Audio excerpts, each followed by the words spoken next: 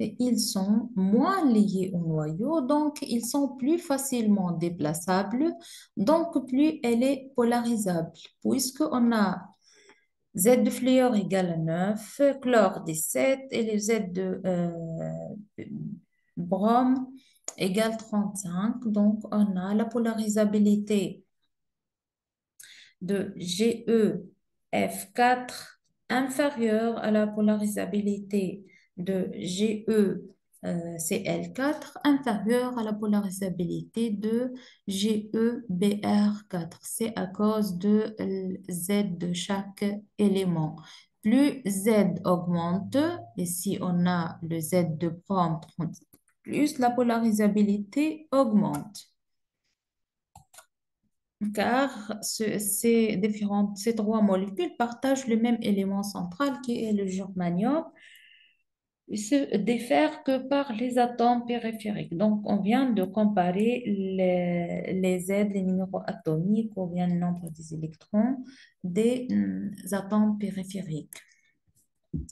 Ici, on a le GeBr4, c'est la molécule la plus polarisable.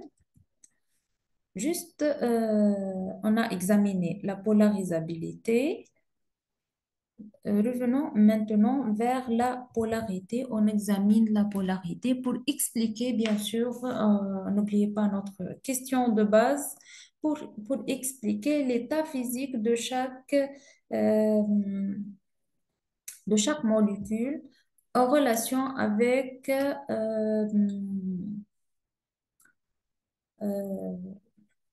la position des éléments dans la classification périodique.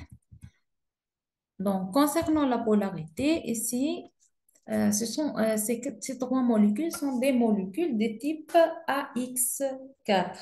Donc, AX4, donc, de géométrie tétraédrique régulière.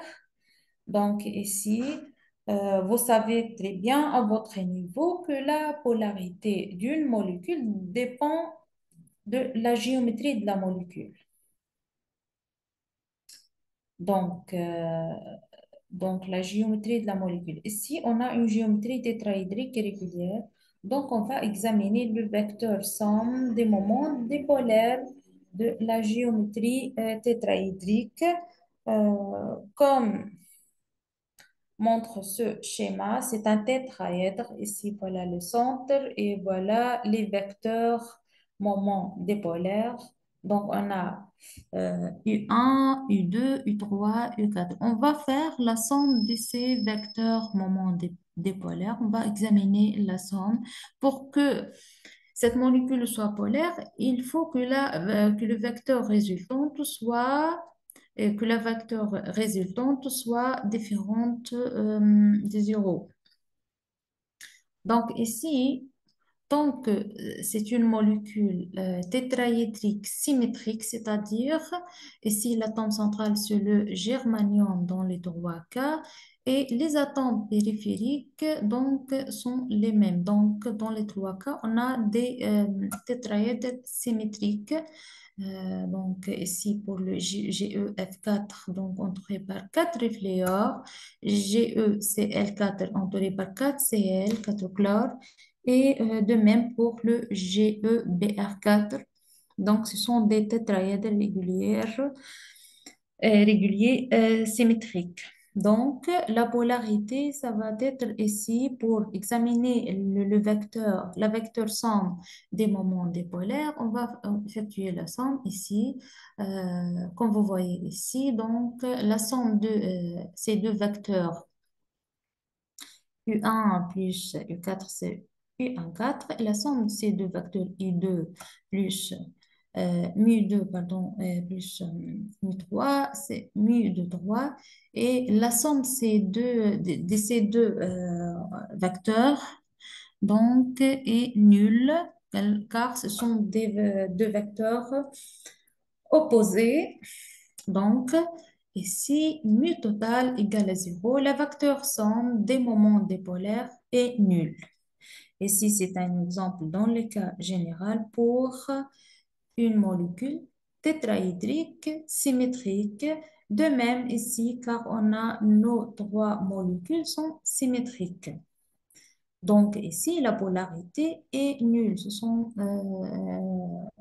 des molécules apolaires car la vecteur somme des moments dipolaires est nulle.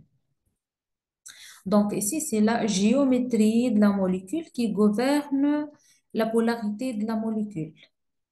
Alors, on a examiné la polarisabilité.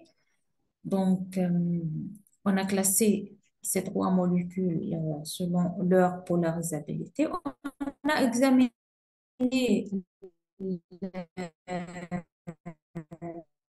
la polarité. Donc, ces quatre sont résultantes égales à zéro. Leurs molécules ne participent qu'à des interactions puisque ce sont des molécules apolaires. Donc, l'étude des interactions qui peuvent exister, ce sont les interactions de type London. Car si vous vous rappelez bien, on a vu trois types des interactions de Van der Waals, les interactions de Kizoom qui s'établissent entre les molécules polaires, les interactions de Debye entre les molécules polaires apolaires et les interactions de type London entre les molécules apolaires, bien des apolaires. Ici, c'est le même cas. On a ces trois molécules sont apolaires. Le type, donc, ces molécules ne participent qu'à des interactions de type London. Donc, les interactions sont d'autant plus intenses. Et lorsqu'on dit interaction de type London, donc,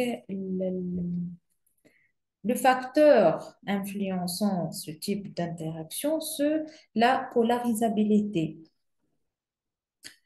Donc, les interactions sont d'autant plus intenses que les polarisabilités sont importantes. Toujours, comme on a mentionné, ici, c'est le GeBr4, c'est la molécule la plus polarisable. Donc, les interactions